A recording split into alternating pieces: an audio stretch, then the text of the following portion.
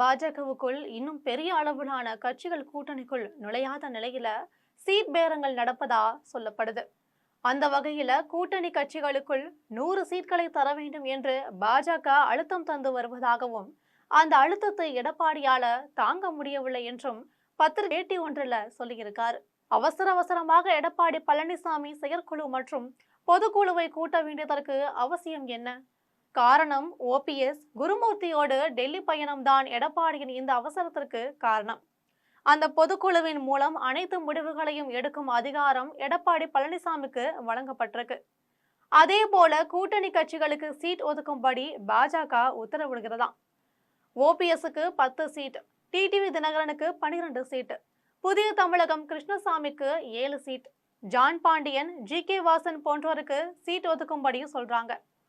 அதாவது எதிர்காலத்துல தங்களுக்கு தேவைப்படும் மேற்கண்ட கட்சிகளுக்கு அதிமுகவை சீட் ஒதுக்க சொல்லுது பாஜக. இந்த அழுத்தம் அதிமுகவுக்குள்ள கடந்த 1 மாத காலமாகவே அதிகரித்து வருது. கட்சிக்குள் துரோகிகள் அதிகமாகி விட்டார்கள் என்று சி.வி. சண்முகம் சொல்றாரு.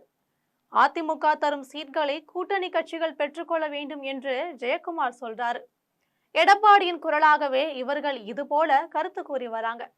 போதாத குறைக்கு பொதுக்குழு மூலம் மொத்த அதிகாரத்தையும் தீர்மானம் பெற்றுவிட்டார் எடப்பாடி பழனிசாமி. இத்தனைக்கும் கூட்டணி கட்சிகள் யாருமே அதிமுகவை நோக்கி இன்னும் வரல. அப்படி இருக்கும்போது 210 தொகுதிகள் என்பது சாத்தியமா என்று தெரியல.